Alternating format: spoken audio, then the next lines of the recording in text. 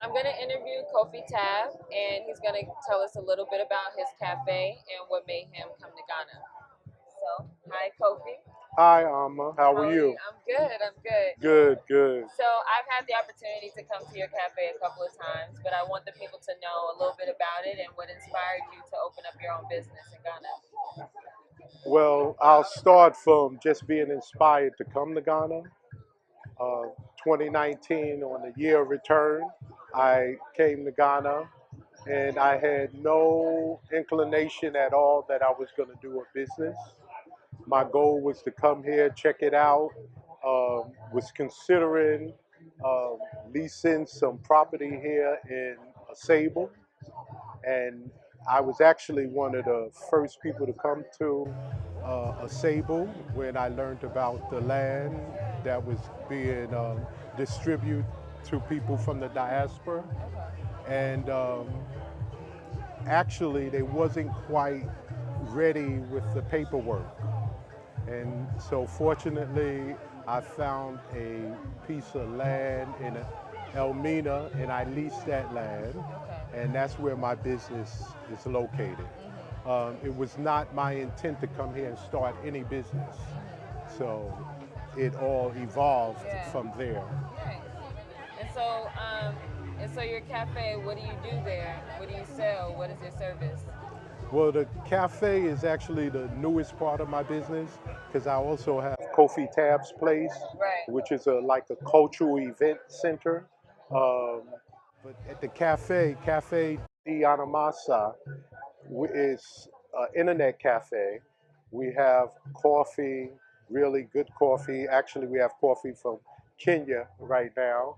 Um, and we also have consignments where so we're collaborating with other people, locals, and also people from the diaspora that have gifts and talents that they want to share. So we have items, jewelry, different items that people um, have developed to sell, and so that's what we do. We sell pastries. We're looking actually for a cook because I want to cater to the local community and have some local food that the community can appreciate, as well as food for the diasporas as well. But cater a place to, so the Cafe Dianomasa is a place to bring the communities together. Nice. And so this is a question that I'm asking a lot of different people because I know that Cape Coast and Elmina have a history that the diaspora connects to specifically. And so I wanted to know, how do you feel repatriating or living in an area with a history that is so close to the diaspora? Hmm. I think I have mixed feelings. Um, I guess my most primary feeling is the feeling that it's bigger than me and that my placement there in Elmina, so close to the dungeon, which is known as the castle here, but we refer to it as the dungeon where the transatlantic slave took place, and many of our ancestors was taken from this location. So for me to be so close and to be able to view it from my home, I don't know if I have the full understanding yet. Why would I be so close? Why? What does that really mean? So it's like an evolving type thing. You understand what I'm saying? Because I really don't know the fullness of it. It's only been a couple of years, so. I understand. Well, thank you so much, Kofi Tabb. I'm really excited that I got to interview you. Appreciate you. For a while now. So. Thanks. And you guys will see pictures of his business, Cafe de Anomansa. You'll see more pictures. You'll hear more about it. So thank you so much. You're welcome. Thank you. Hi everyone, I'm Nakira G and I'm here at the Black Think Tank in Asebu, Central Region, Ghana, and I'm going to be interviewing Maury, and she's going to tell us a little bit more about her story and what inspired her to come to Ghana. Hello. Hey, Thank how are you you? so much. It is an honor to be here on today.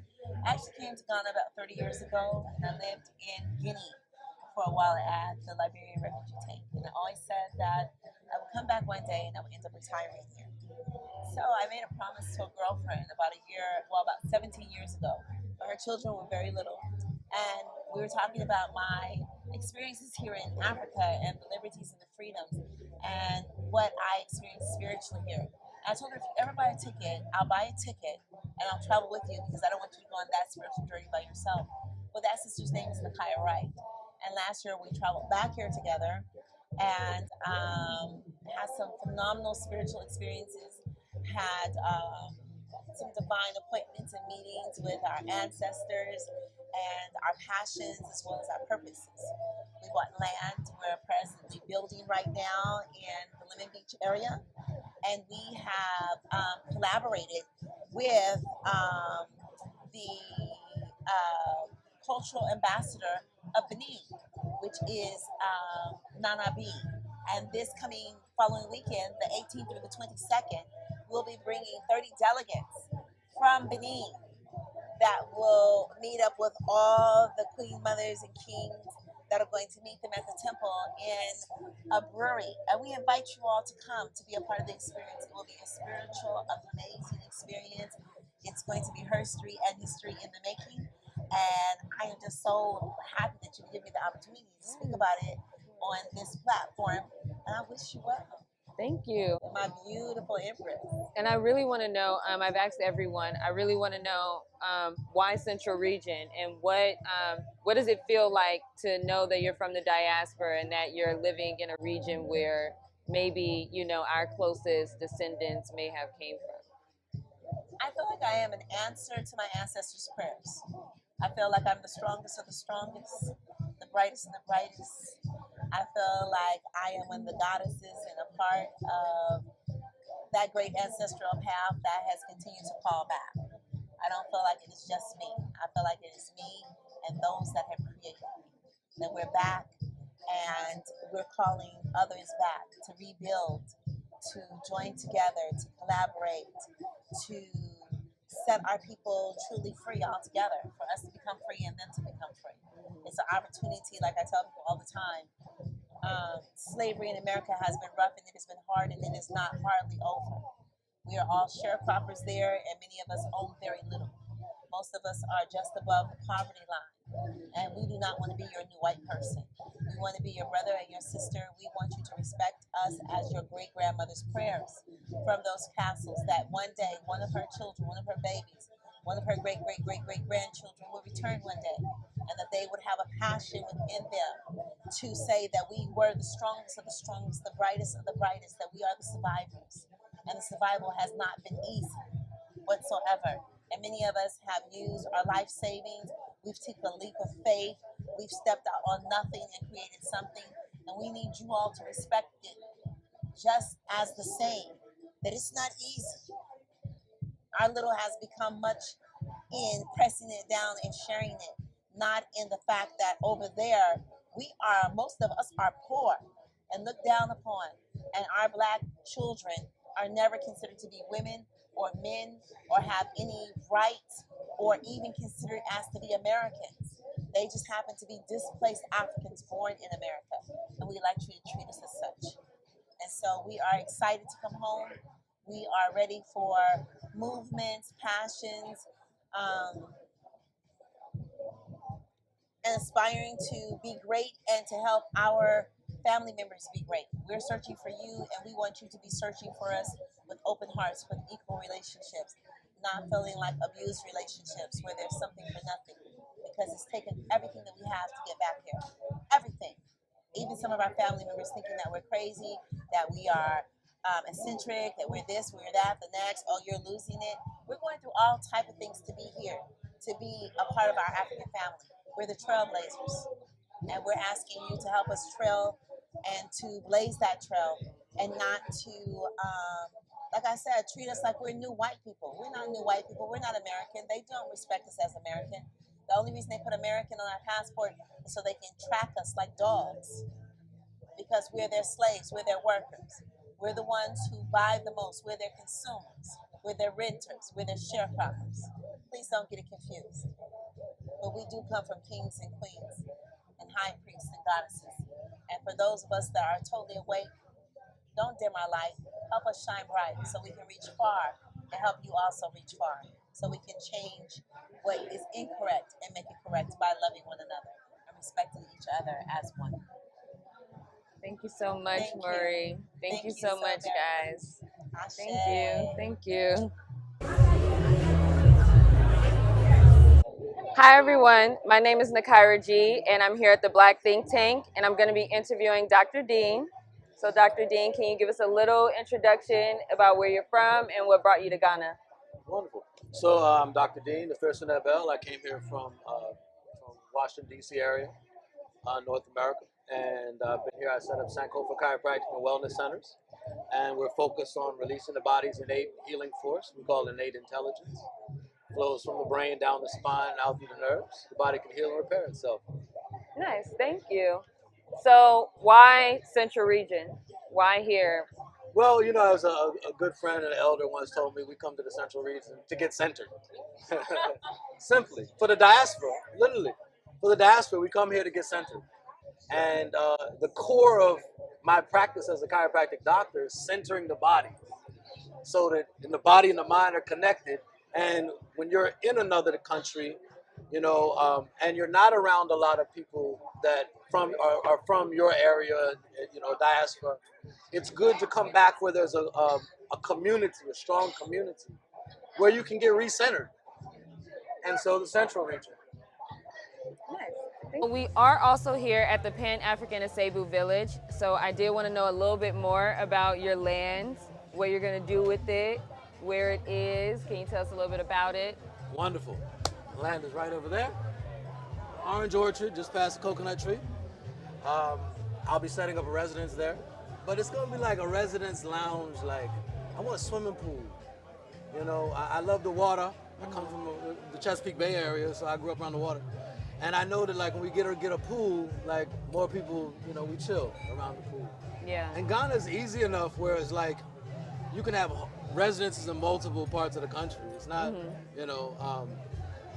So this will be one. This is one of mine. Okay. You know, and I'm primarily based in Takoradi. Yeah. But you know, I come here to get centered. You know, and Pan-African Village, Asebu Pan-African Village. Come here, you're around your people. You know, you get some barbecues and all that good stuff. Yeah. You know. So, what would be your message to the diaspora, people who are thinking about coming to Ghana? What would your message be to them? Whether it's do it, anything, whatever. Do it. Prepare, but do it.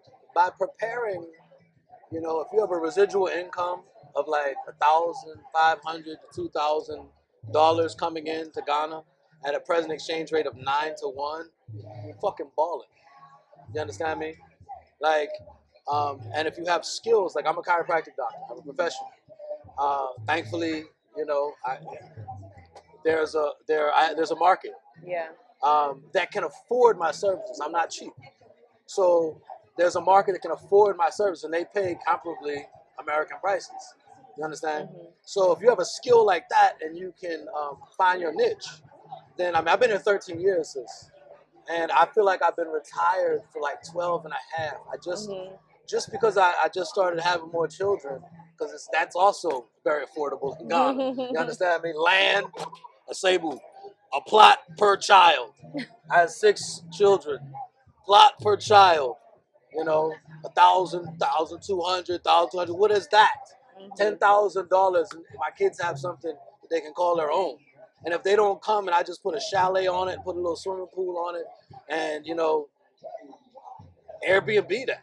Yeah. You understand? I mean, still they have something coming in, you know, and this is get centered, man. And you say what people thinking about come. You have nothing to fucking lose.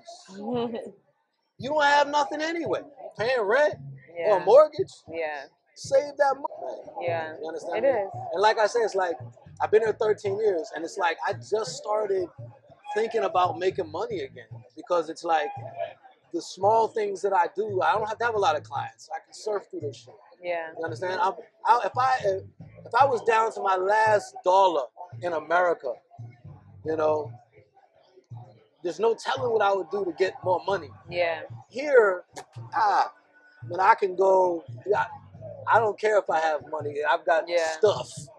I got plantain and bananas and coconuts. And, like I said, my land, which was like weed money. You understand me? That land has oranges and lemons on it. My kids like juice. Kids like juice. Every time my son wakes up, my children wake up, juice, juice, juice. Now I'm gonna tell them go climb the tree.